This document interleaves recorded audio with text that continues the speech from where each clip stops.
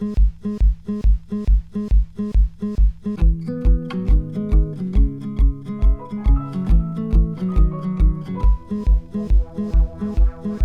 right, welcome back to another episode of Recovery Works. Today, joining us on Recovery Works is an amazing client. Her name's Pamela.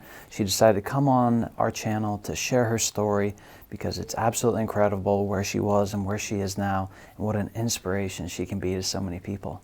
So without further ado, Pamela. Hello. So Pamela, how long have you been at our facility?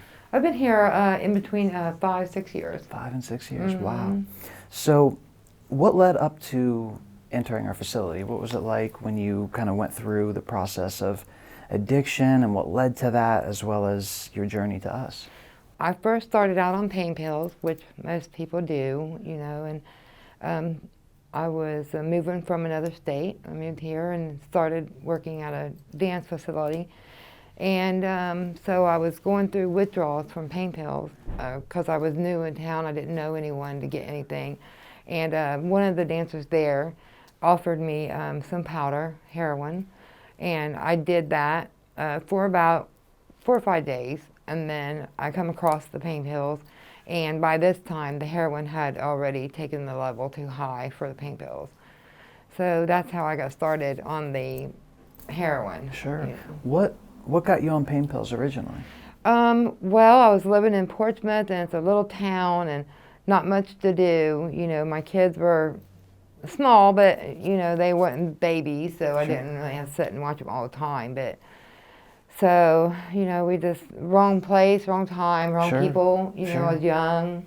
So just being around friends who were using them and stuff like that. Because you kind of feel like the oddball when you're sober and everybody around you is high, and in your mind you think, well, it looks fun. You know, I don't have to do it all the time. I can do it whenever. Of course. But I think everybody thinks that, you know, no matter how strong you are, it overpowers that at first. For sure. Yeah. Was there a point when you realized, hey, this is stronger than I am, I can't control this, I need help?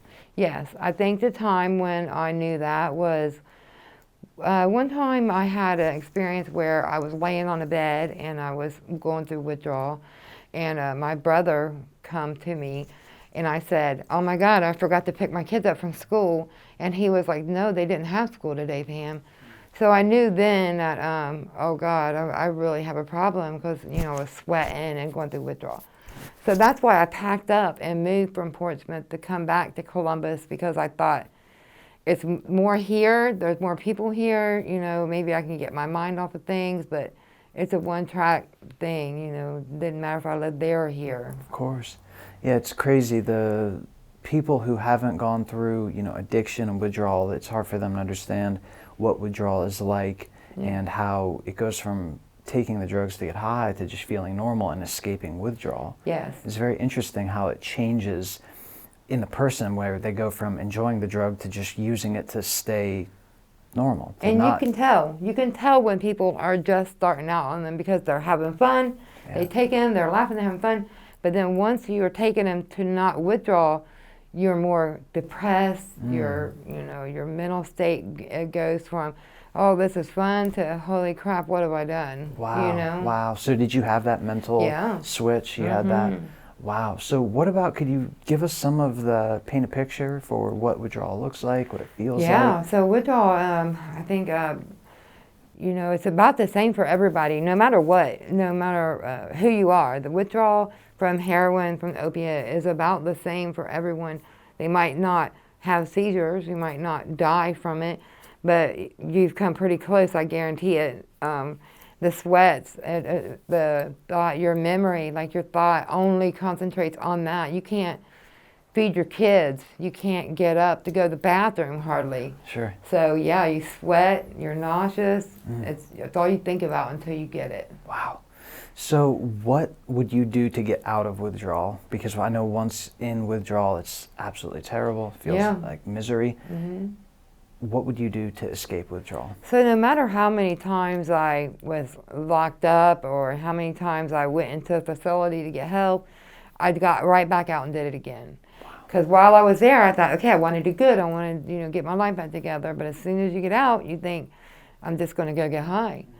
So your mind is just one track. I mean, that's all you think about is that, and the things that you do to get out of it is just to go get the drug. Of course, right.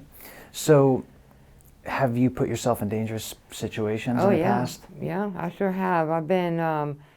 I have done a lot, and people do a lot of things that they never thought they would ever do.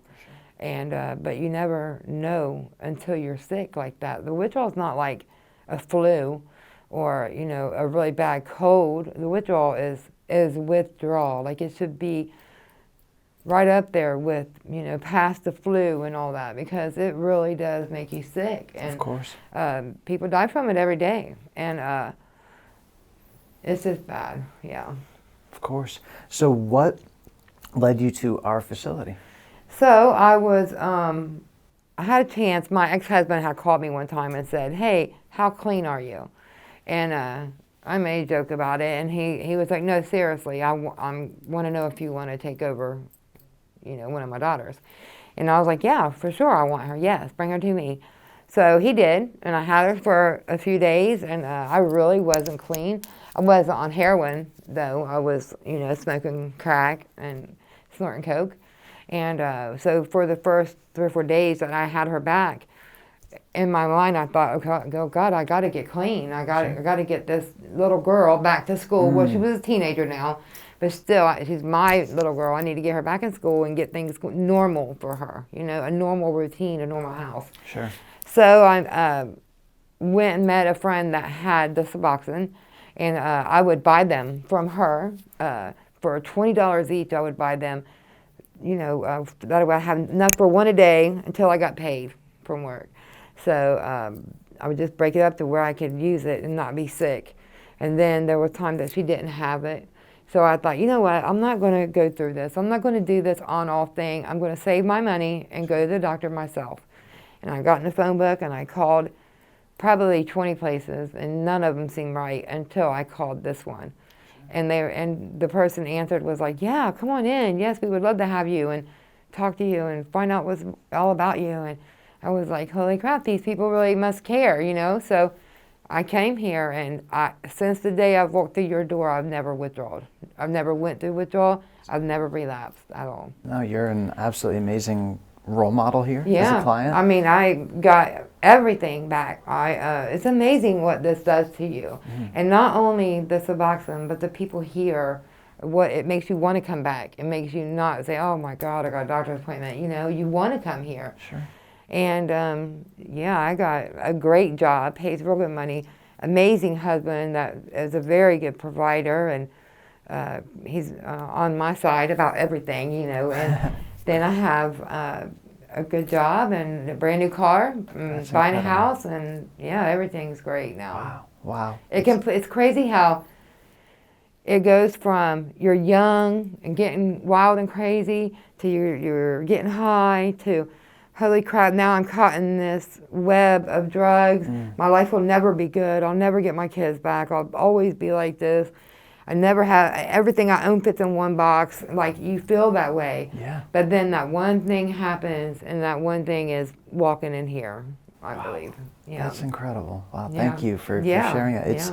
It's incredible how, you're part of our medication-assisted treatment program where we use buprenorphine like Suboxone to help, and it's gotten a bad rap in the past, Suboxone. People look at it like, well, the most horrible thing, the most uneducated thing you could say is, well, that's just one drug from another. Exactly, yes, and you've heard that too.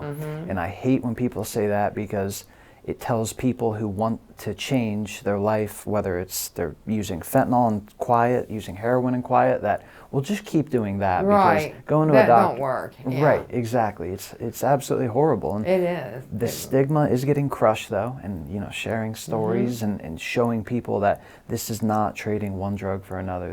It's definitely not. Like when you wake up in the morning and you take your diabetic medicine to get through the day, or your blood pressure medicine to get through the day, this is something that you would take just to make sure that you can get through the day. It's just another medicine. It's not a drug for another at all, because we're functioning. Yeah, exactly. We're living in society. We're not out stealing or robbing your cars or walking the streets. We're not doing none of that. We're actually living Yeah. And I think that's all worth it. Yeah, and I think a key piece of the treatment, as you shared, is not only the medication, but having a team of clinicians around you who care about you. Yeah. They figure out what's going on, how we can program your treatment to best accommodate your life's needs. And it's so important to always remember that it's part of the puzzle. It's not the whole puzzle, but just as we are seeing this push to get rid of stigma, and that's our main goal with all these videos and continuing to fight, and it's crazy. Now, my last question is, you know, some people may be watching this video right now, they might be using drugs, desperate for help, but they're caught in the clutches of stigma of, you know, I don't want people to know. I'll be silent about this. And as we're seeing, it's affecting younger and younger children. People are dying at a larger and larger rate. They keep coming out with rates showing that the opioid epidemic is the silent but most deadly epidemic we have right now in 2021. And what would you tell them if you could tell them one thing? I would tell them, don't waste another day. Don't waste your life away. Always ask for help, especially when it comes to this Suboxone. Make the phone call to here, and your life will completely change forever, for good. It's not scary. You don't go through withdrawals, stopping one drug to start the Suboxone. You don't go through the withdrawal. You immediately start feeling just as you did before you started getting high. Yeah. That's amazing. Wow, thank you so much, Pamela. Yeah. Do you have anything else you'd like to share? I don't think so. I just want everybody to know that people don't come here just for the medicine. You guys really are good. You pay really good attention, and I'll tell you how I know. This morning when I got here, I paid for my visit, and you said, hey, did you get your hair done? As many people as you guys see, to notice little things like that about individual people here is amazing. Well, hey, your hair and looks my great. husband's in trouble because yesterday he never mentioned it at all. So. But yeah, I think it's great. Yeah. Well, Pam, thank you so much for coming on and being a part of this, and I can't wait to just continue your journey and hear about everything that you do. Yeah. So thank you. Thank you. Yeah, thank you for having me. Thank you very much, and thank you guys. Thank you.